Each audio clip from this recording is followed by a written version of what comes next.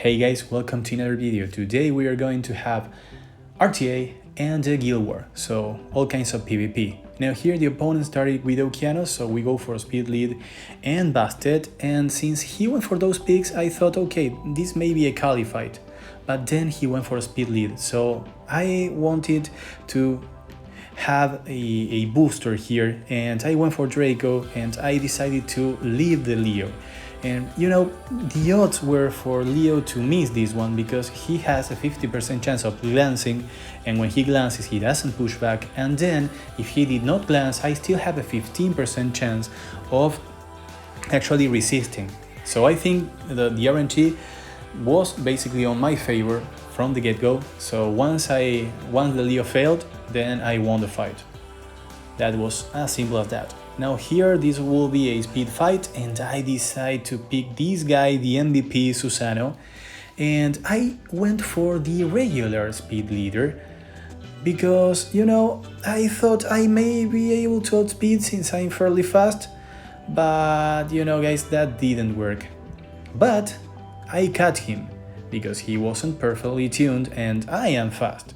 So I was able to kill the Chris with the attack of my Susano, and since I didn't need to buff the attack buff with Bastet here because of the random buff from Draco which landed onto attack on my Susano, so I was able to defense break and glance, so that really helped me, even though it didn't make a huge difference, but that helped. And well, you know, this Susano is so good against those guys remaining there because I am on Vampire and I am on Revenge runes as well. So I had to absorb the damage I deal, and remember, Susano has a 50% reduced chance of receiving a critical hit and also 15% increased resistance, so on his passive. So he was the MVP here. And now for this last one, he started with, when you start with a Vigor, I know you have that typical Cancer team with tons of HP and slow. So I went for Kali again, so Kali is being really used here lately. And well, I push, I try to kill, which I did not, that means he's really tanky. But I could finish them up with my Okeanos, and I was lucky enough to stun at least 2 units. And now it's a matter of time.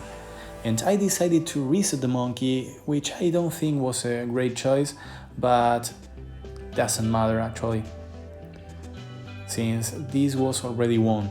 You know, once I killed that mermaid, the fight was completely won. And the guy stayed. You know, I don't know what he was expecting, or maybe he was so frustrated that things went my way, but I outdrafted him here. And the RNG, actually, I have the odds on my favor. So now we are in Guild Wars, and for the first one we will try to outspeed, and we have the buffs from Draco, which will give something to strip to the Clara, who doesn't have such a reliable strip. So I thought we will be fine with that comp. And for the one below, it's fairly easy to use these, the former KV5 comp. And you know, we will buff invincibility on Cat, and she will destroy 1 unit, and then Bale will take care of the rest. Now for this one we outsped, which is nice, so we can kill at least the Ciara if we are lucky enough. And so I didn't kill Ciara, which is very bad, but we have the buffs from the Draco, which is great, and of course we are able to kill that Theomars, and then AoE destroy the rest of the team. And for this one it's logical that the Vigor will go for the Veil, but the Veil is for the BJ5 team, so he's fairly tanky. And now we can decide to hit the Triana first, so that her passive is not in play anymore, and then we can get rid of the Kamoon with the Veil. So that was a fairly easy fight, and moving on.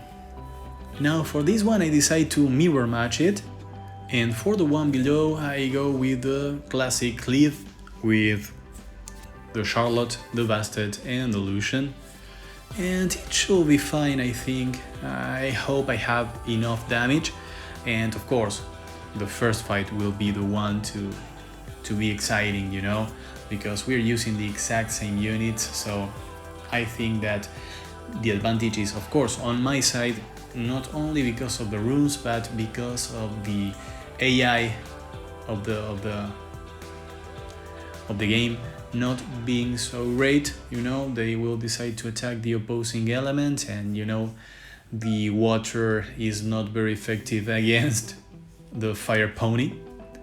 And of course we have the wind pony that if we have a defense broken unit we will go for it, it doesn't matter what it is.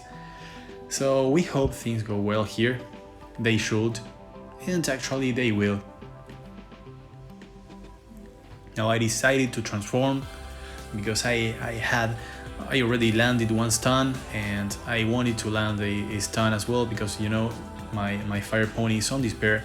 But for the first turn on my wind pony, I went for the shield because that fire pony was about to take a turn, and if I didn't land the stun, you saw I didn't land it with my fire pony, then that fire pony could destroy my wind pony if wind pony is on princess mode.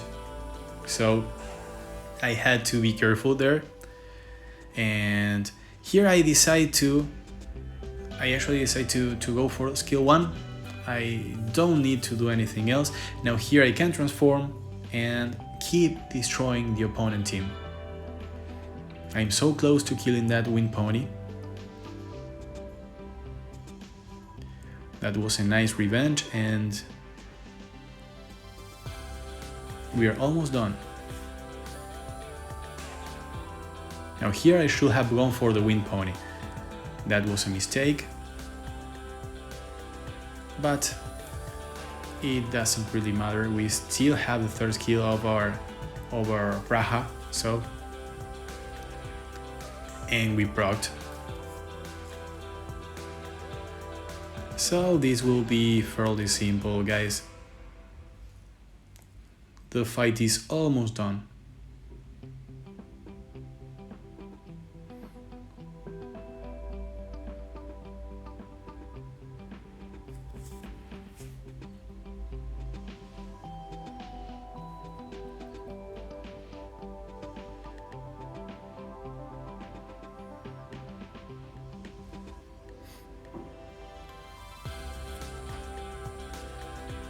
And that's it.